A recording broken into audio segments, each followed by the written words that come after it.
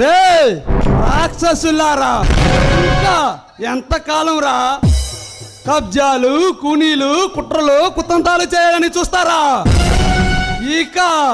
ఇక మీ ఆటలు సాగనివ్వండ్రా. మిమ్మల్ని అంతం చేయడానికే ఈ సింహ, ఈ నరసింహ అడుగు పెట్టింది. ఎవడ్రా నువ్వు? భగవాన్, ఈ రుద్ర భగవాన్ రాజమందిరంలోకి సింహంలో అడుగుపెట్టి సింహంలో ఛాలెంజ్ చేస్తున్నావు.